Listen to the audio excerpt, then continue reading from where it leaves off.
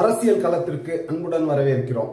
எம்ஜிஆர் டிவின்னு ஒரு சேனல்ல 35 மாவட்ட செயலாளர்கள் ஆதவ் அர்ஜுனுடன் சொல்லிட்டு ஒரு தகவல் ஒன்று சொல்லியிருக்காங்க.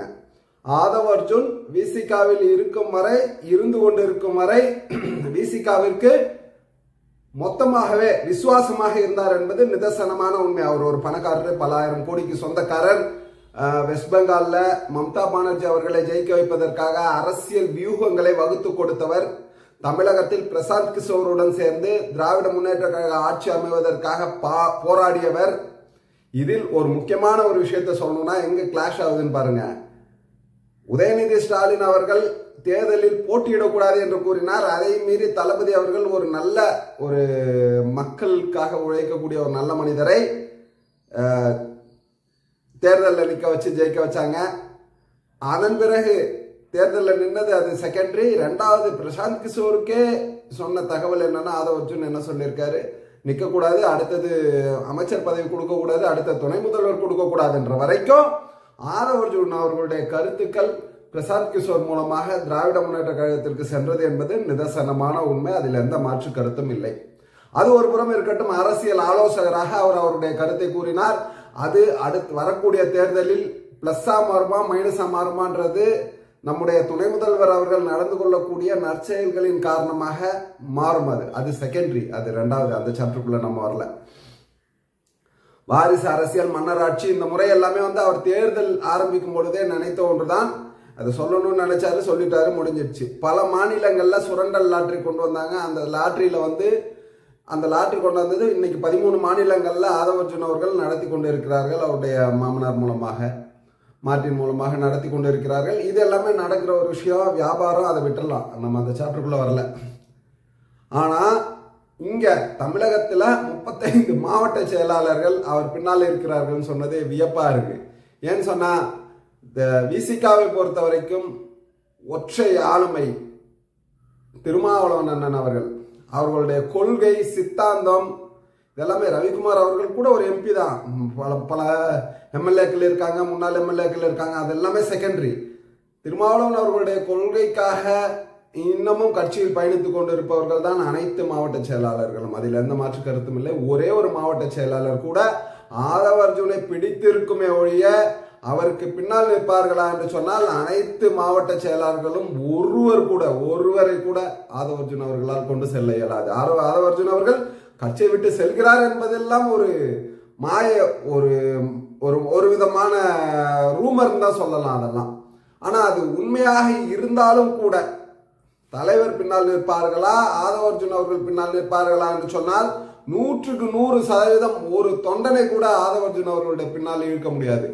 என்று சொன்னா, ஆதவ் அர்ஜுன் அவர்களுடைய கருத்துக்கள் சரியாக இருந்தாலும் அவர் இருந்து பேசக்கூடிய தளம் விசிகா.